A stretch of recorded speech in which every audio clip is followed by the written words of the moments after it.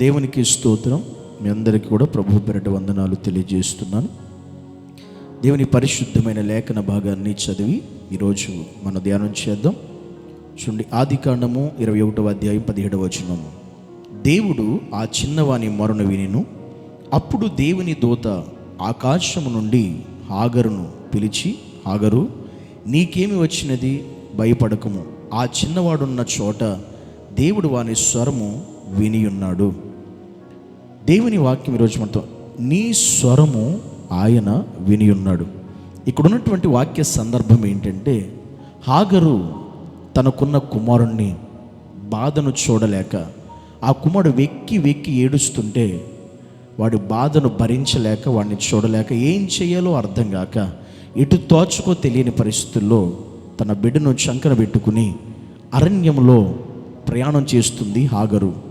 ఎందుకంటే హాగరు స్థితి ఏంటి అంటే, కట్టుకున్న భర్త విడిచిపెట్టాడు, సహోదరి అనే ఆమె ఇంటి నుండి బయటికి తరిమేసింది. ఇప్పుడు నా అనుకున్న వారందరూ కూడా ఆమెని దూరం పెట్టారు, నా అనుకున్న వారందరూ కూడా ఆమెని బయటికి తోసేశారు. ఇలాంటి పరిస్థితుల్లో తన బాధను ఎవరికి చెప్పుకోవాలో, ఏం చేయాలో అర్థం కాని పరిస్థితిలో హాగరు ఉంది.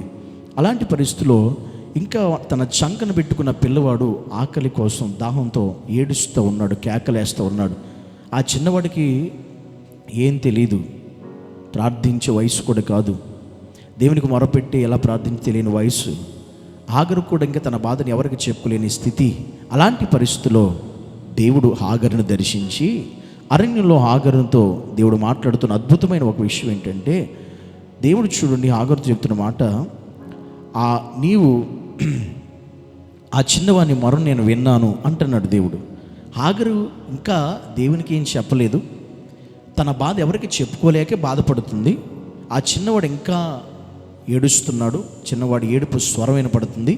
దేవుడు ఆ చిన్నవాని మొరను వినెను.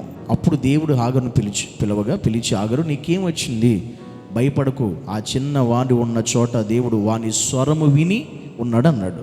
అంటే హాగరు యొక్క బాధ ఏంటో, కష్టం ఏంటో, ఇబ్బంది ఏంటో దేవుడు చూచాడు. కానీ దేవుడు విన్న స్వరం ఎవరిదంటే, చిన్న పిల్లవాని స్వరం దేవుడు విన్నాడు. ఆ చిన్న పిల్లవాడు ఏడుస్తున్నాడు, ఏడ్చే స్వరాన్ని దేవుడు విన్నాడంట. ఆ చిన్న పిల్లవాడు పడి ఉన్న చోట ఆ పిల్లవాని స్వరము దేవుడు విన్నాడు అని వ్రాయబడింది. ఒక ప్రార్థన చేయడం రాని ఒక పసి బిడ్డ యొక్క మొర స్వరాన్ని దేవుడు విన్నాడంట.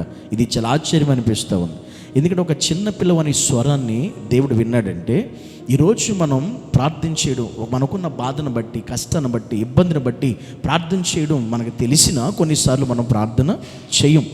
కానీ నిజంగా నువ్వు మొరపెడితే, నిజంగా దేవునికి ప్రార్థన చేస్తే, నీ బాధ ఆయనకి తెలియందేం కాదు, నీ కష్టం ఆయనకి తెలియందేం కాదు, నీ ఇబ్బంది ఆయనకి తెలియందేం కాదు. కానీ నీ ఇబ్బందిలో, నీ బాధలో, నీ కష్టంలో ఒక్కసారి నీ స్వరము ఆయనకి వినిపింప చేస్తే, నీ స్వరము ఆయన వినగలిగే దేవుడు. గుర్తుపెట్టుకోండి, ఆయన వినలేని దేవుడు కానే కాదు. ఒక చిన్న పిల్లవాడి స్వరం నేను వినియున్నాను అని దేవుడు మాట్లాడుతున్నాడు. ఒక చిన్న పిల్లవాడు అరణ్యంలో ఒక పక్కన పడవేయబడితే పడిపోయిన ఆ చిన్న పిల్లవాడు స్వరమే దేవుడు విన్నప్పుడు, నీ స్వరం దేవుడు వినడా? నీ ప్రార్థన దేవుడు వినడా? నీ మొర దేవుడు వినడా? నీ మనవి దేవుడు అంగీకరించడా? ఆలోచించు. ఇటు వెళ్ళాలో తోచక ఏమి చేయాలో అర్థం కాని పరిస్థితిలో ఉన్న హాగర్నే దర్శించిన దేవుడు. ఈరోజు నీవు కూడా అదే పరిస్థితిలో ఉంటే, ఒకవేళ నువ్వు నమ్మిన వారిని నిన్ను మోసం చేస్తే, నువ్వు నమ్మిన వారు నిన్ను కాదంటే, నువ్వు నమ్మిన వారిని, నువ్వు ఆధారపడిన వారే నిన్ను తోసివేస్తే, అలాంటి పరిస్థితిలో నువ్వేం చేయాలో అర్థం కాక ఎవరు చెప్పులో తెలియని పరిస్థితిలో దేవునితో మాట్లాడుతున్నాడు. భయపడొద్దు, ధైర్యంగా ఉండు, నీ స్వరము నేను విని ఉన్నాను అని దేవుడు మాట్లాడుతున్నాడు. ఎస్, మన దేవుడు ఎంత గొప్పవాడంటే, నీ స్వరాన్ని వినగలిగే దేవుడు ఆయన. నువ్వు ఒక్కసారి మాట్లాడితే చాలు, ఒక్కసారి నీ యొక్క స్వరం విప్పితే చాలు, ఒక్కసారి ఆయన వైపు తిరిగితే చాలు. ఆ చిన్న పిల్లవని మొర విన్న దేవుడు నీ మొర కూడా ఈరోజు వింటాడు. నీ బాధ కూడా ఆయనకి తెలుసు, నీ వేదన కూడా తెలుసు, నీ కష్టం కూడా తెలుసు, నీ ఇబ్బంది కూడా తెలుసు. ఆ ఇబ్బందిలోని, ఆ బాధలోని నీ స్వరం ఆయన వింటున్నాడు. వినట్లేదని మాత్రం అనుకోవద్దు. కనుక అలాంటి వినే దేవుడు నీకున్నాడు గనుక అప్పుడే హాగరు దేవుడికి ఒక పేరు పెడుతుంది. ఏంటి అంటే, ఆయన పేరు పెట్టి పిలిచే దేవుడు అని పేరు పెడుతుంది దేవుడికి. అంటే హాగరు ఎందుకు ఆ పేరు పెట్టిందంటే, నన్ను చూచినవాడు అని పేరు పెడుతుంది. అంటే మనం దేవుడు చూస్తూనే ఉంటాడు. చూచిన దేవుడు మన మొరను వింటాడు, మన స్వరాన్ని వింటాడు, మన బాధను, కష్టాన్ని చూస్తాడు. ఆయన చూచుచున్న దేవుడు అని పేరు పెట్టగలిగింది అంటే దాని అర్థం దేవుడు చూడడమే కాదు, మన బాధను వింటాడు, మన కష్టాన్ని ఆయన అర్థం చేసుకుంటాడు. కానీ మనం మొర దేవుడికి వినిపింప చేయాలి. అందుకే జస్ట్ ఆయన వైపు తిరిగితే చాలు, నీ బాధ అంతటిని, ఆగరుకున్న బరువుని, భారాన్ని అంతటిని దేవుడు తీసేశాడు. భయాన్ని దేవుడు తొలగించాడు. ఏం చేయాలి అర్థం కాని పరిస్థితుల్లోంచి దేవుడు ఒక మార్గాన్ని సరళం చేశాడు. ఇదే పరిస్థితిలో నీవు కనుక ఈరోజు ఉంటే దేవుడు నీతో మాట్లాడుతున్నాడు. నీ స్వరాన్ని దేవుడు వింటున్నాడు. ప్రార్థించు, దేవుని అడుగు, మొరపెట్టు. నీ స్వరం విన్న దేవుడు తప్పక నీకు సహాయం చేస్తాడు, తప్పక నిన్ను ఆదుకుంటాడు, తప్పకుండా నీకు మార్గం సరళం చేస్తాడు, తప్పకుండా నీ పక్షంగా ఆయన నిలబడతాడు. అట్టి కార్యం ఈరోజు నీ జీవితంలో కూడా దేవుడు జరిగించి సహాయం చేయునుగాక.